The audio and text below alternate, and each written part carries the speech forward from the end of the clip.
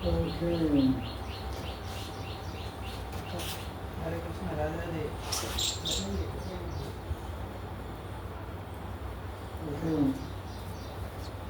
So stop the pause in this middle. Okay.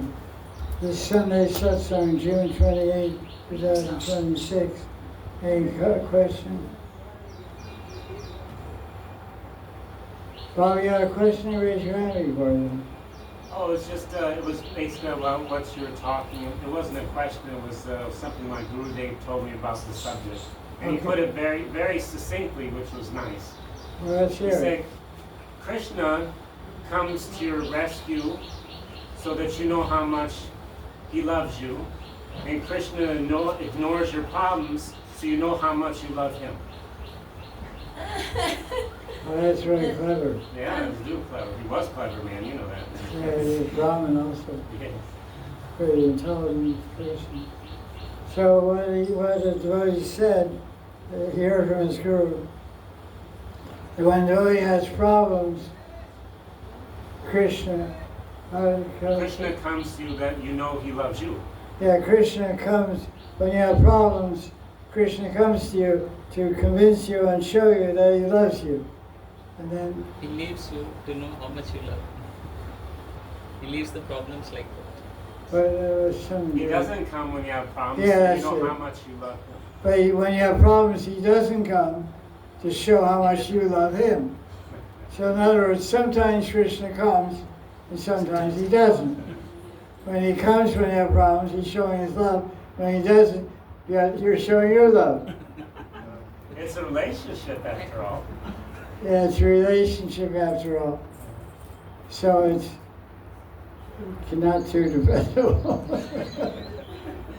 Unpredictable relationship. That's his character, isn't it? Yeah, that's his character. It's not out of line at all. If you're a Manjari, how's he going to treat you otherwise? Yeah, it's definitely we're a yo-yo.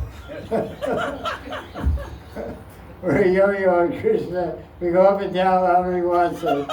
We'll go down, summer. Okay, get free, get summer free. We don't mind. We wouldn't want it any other way. So, that's a nice thing, thank you. Question? No question? That's quick. Scratching my ear. Oh. There is sort of a question I have though. Okay. With sadhya, does that require diksha initiation to get sadhya? What she say? Is Diksha required to get sadhya? Diksha required to get sadhya. Well, there's nothing written, I've never read anywhere requirements to get sadhya. You can't read a book and see requirements to get sadhya. Sadhya is a gift of Krishna and Guru. So what the particular requirements that the individual Guru makes, that's the requirements. Generally, sadhya is given to someone who's advanced in devotion, and so part of being advanced in devotion is surrendering to Guru and taking initiation. Because that's the definition of bhakti by Rupa Goswami. So it kind of answers its own question. Because Rupa Goswami is describing devotion. What we know as devotion was given to us by Chaitanya Mahaprabhu, given to the six Goswami. So the first step, what's the first level of devotion? Take shelter of Guru. What's the second one? Take Diksha. So the second step of someone being called a devotee means he or she gets Diksha. That means bhakti. So when he gets, that's for the first 270 verses he talks about bhakti and how to practice it. Then he talks about, that's Vaidhi Bhakti. Then he says, and some very few people who get special mercy from Radha Bhakti or Krishna, they start Rag Bhakti. And Rag Bhakti talks about Siddhanta. So he already talked about getting Diksha. So before he talked about Siddhanta, you follow? Yeah. So by that logic, Siddhanta comes after Diksha. So requirement for Diksha is requirement for Siddhanta is Diksha, according to Rupa Goswami. That's the answer to your question. It's the first two steps of bhakti. So Surrender to Guru and get Diksha. So it has to come through Diksha Guru, not Siksha Guru. Who gives you your Siddha Pranali or your Siddha, that's not said. It comes from Guru or from dream or holy name and different ways. Just like I know a devotee has one Guru as his Diksha Guru. He went to another Guru and said that he has Diksha Guru, but he wanted to get Siddha, and his Diksha Guru doesn't get Siddha. So that Guru said, who's your Diksha Guru? And the Guru said, okay, your Guru is a bona fide Guru. I don't have to give you Diksha, I'll give you Siddha.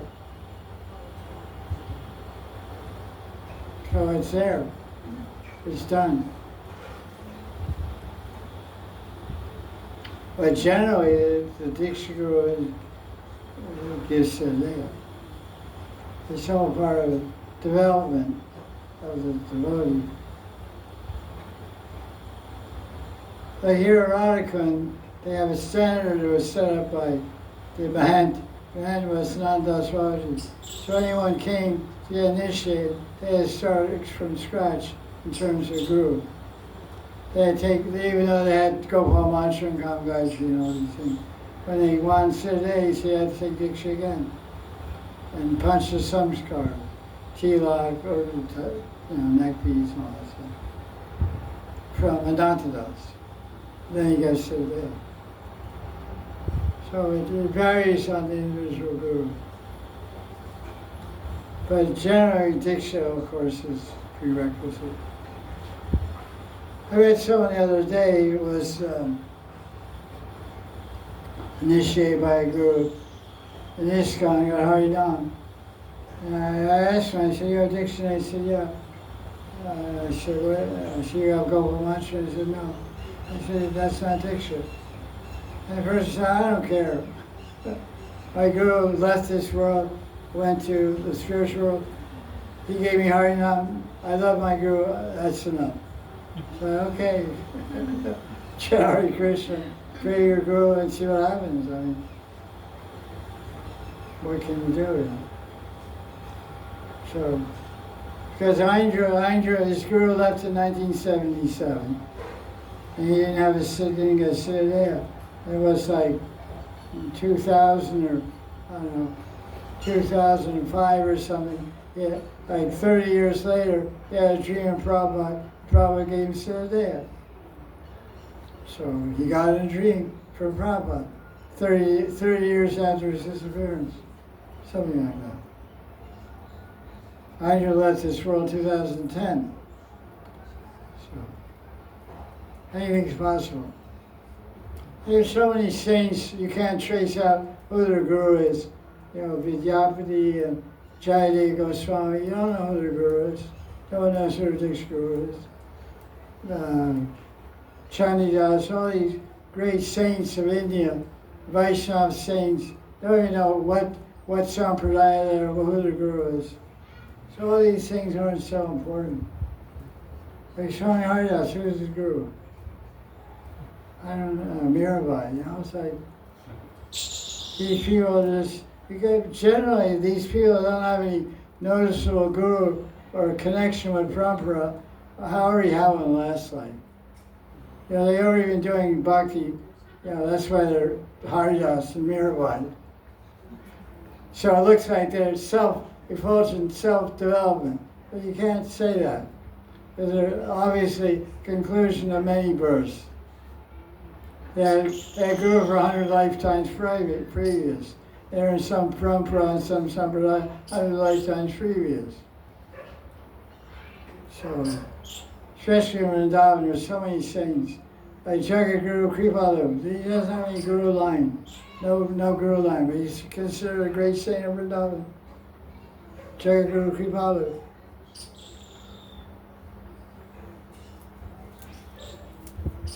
Who's the guru? So, what does this show? This shows the power of Bhagavan and Bhakti. Bhakti is there's no conditions to control the power of Bhakti, and no conditions to control the power of Bhagavan.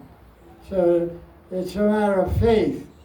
Shraddha is the key to success everywhere. So if your guru hasn't given you siddhanta, but you believe, like Prabhupada said to one disciple, well, Prabhupada, what about siddhanta? How are we going to get siddhanta? Prabhupada said, Guru will get siddhanta. And the disciple said, well, the Guru goes to the spiritual world. He said, there's no question of separation. If he's here or there, from there he'll get siddhanta. That's there in my book, my Raghunath Bhakti book. Conversation with Rishikesh Das, who's still alive. He's in Thailand. So, your guru's gone to the spiritual world. You pray to him, come in my dream and show me my siddhanta. What's to stop that? Nothing can stop that. The only thing to stop is lack of faith. That's your deficiency. The power of Guru is not limited. The power of Krishna is not limited. And dreams are reality is proven in Vedanta Sutra and many other Puranic literatures also. Dreams are very real. They sometimes cures for diseases come in dreams. Sometimes mantras. Sometimes visions of a person you're going to meet come in a dream. It's called premonition. Sometimes you get diction in a dream. You get a mantra in a dream.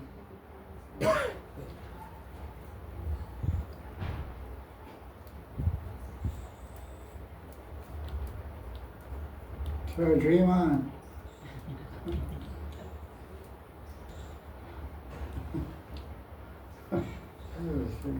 Okay, stop. Okay, question.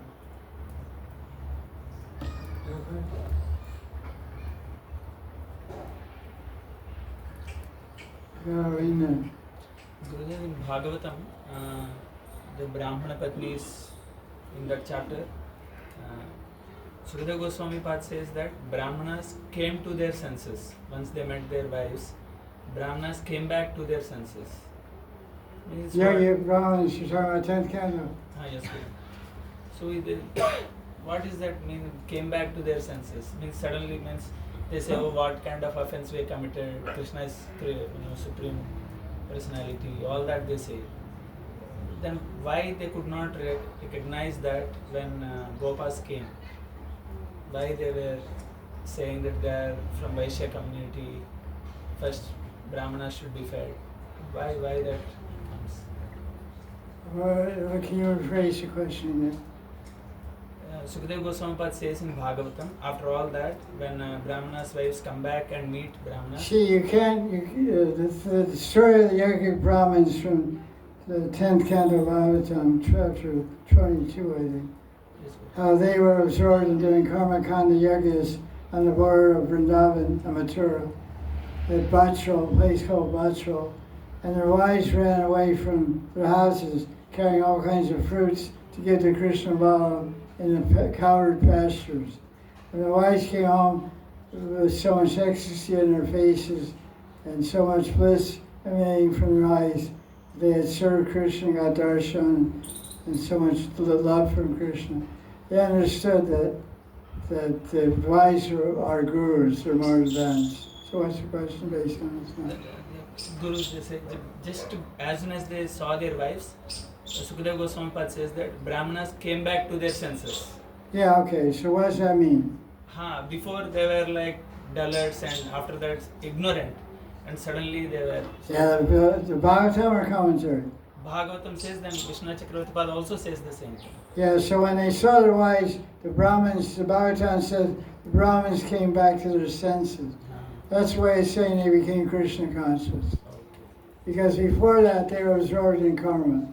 They were absorbed in Varnashram Dharma and Karma Kanda. So by the power of Sangha, just by a glance, Lochan Dan, they got prasad, that seeing their wise, they had realization of the truth. See, the wise gave them the vision, gave them divya chakshus to see the truth, gave them divine vision to see the truth. Just like the wise of Kaliya, because they were devotees, they first approached Krishna with humility and prayer and submission and giving all their jewelry. And then when Kaliya saw the submission of his wives, then he started surrendering. So their devotion created devotion in the heart of Kaliya. So that's why the commentary on the Kaliya story says the wise, what do they call it? Wise of Kaliya, what do they call it? Nagapatnis are called the gurus of Kaliya. The wise became the gurus because they showed them the path of bhakti, submission and worshipping of Krishna. They offered all the jewelry that the husband gave them. They gave their cholis also. They gave everything. Total surrender. So then he surrendered and started saying, I was stupid, I was foolish, all that stuff. So the example of the wise of Kaliya inspired devotion in his heart. Got it. So they became the instigators of devotion. Devotees are like a fuse, they can inspire. That's why devotees are called touchstones. Yes.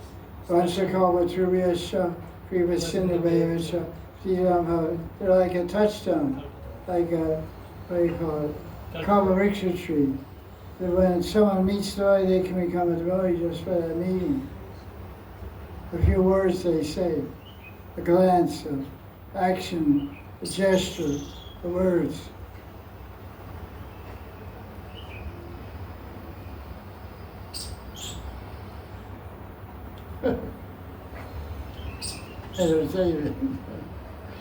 You're at their level now.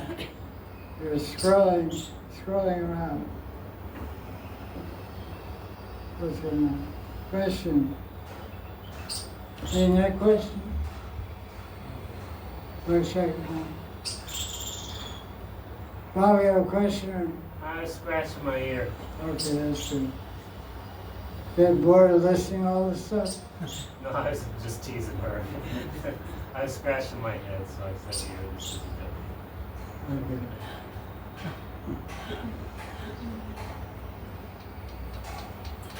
Gurudev, a disciple, as he practices bhakti under the shelter of Guru, What?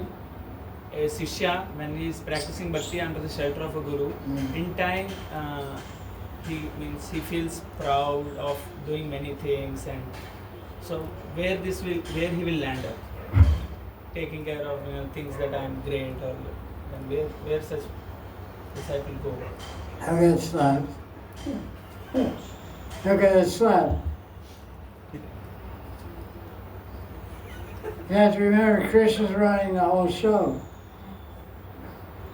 Just like you have a leash, a dog has a leash. It's like a rope tied around his neck. It's like 10 meters long. So he gets out and starts running. I'm free now.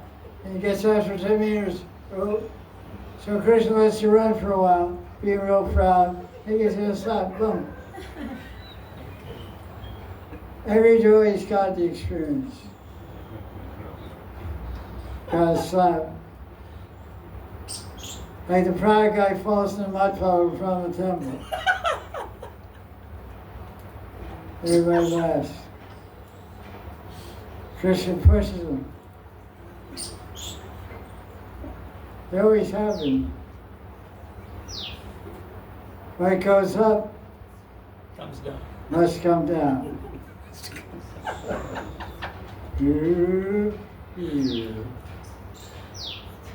That's why we don't have to worry about getting back at anyone or punishing anyone or evening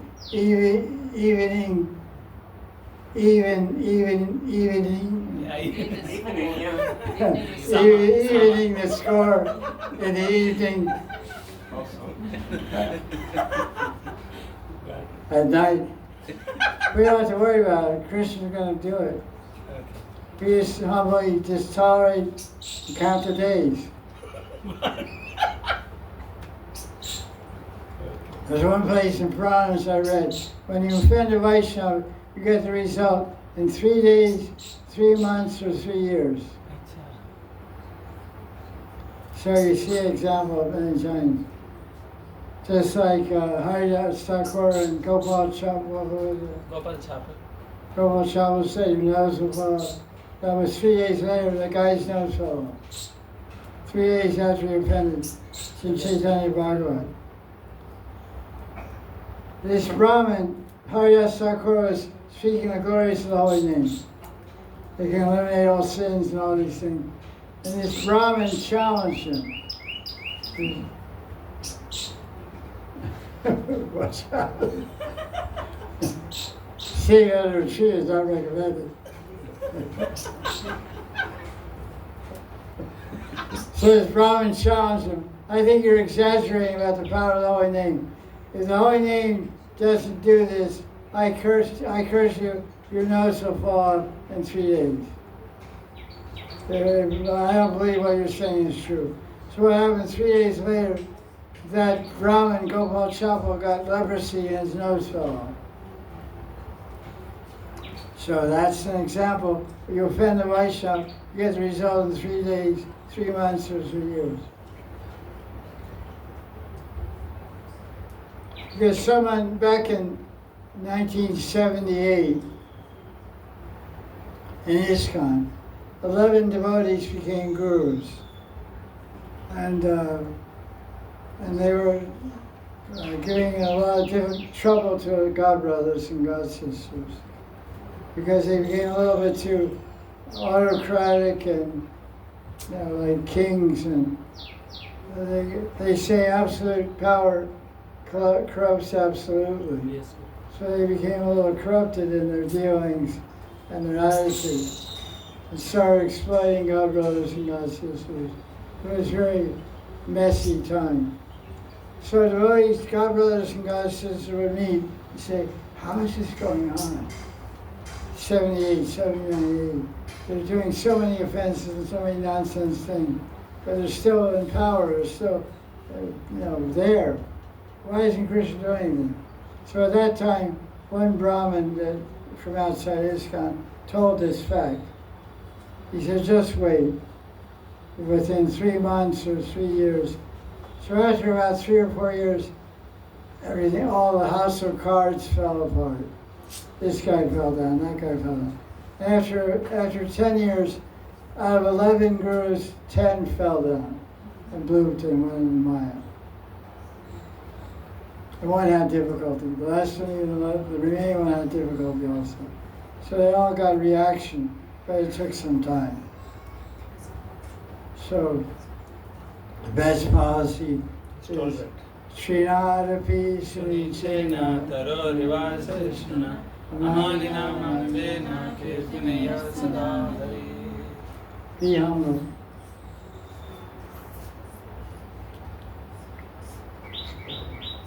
These are special touch.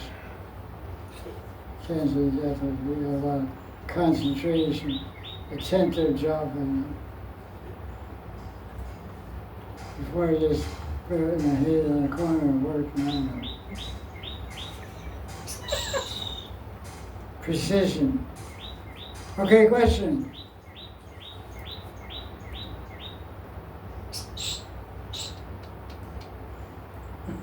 These batteries are too big.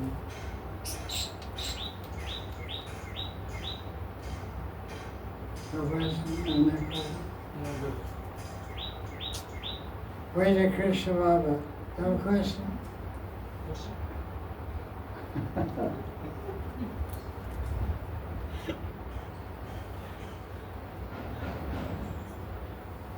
Okay, Jaya Jaya Sri Radhe.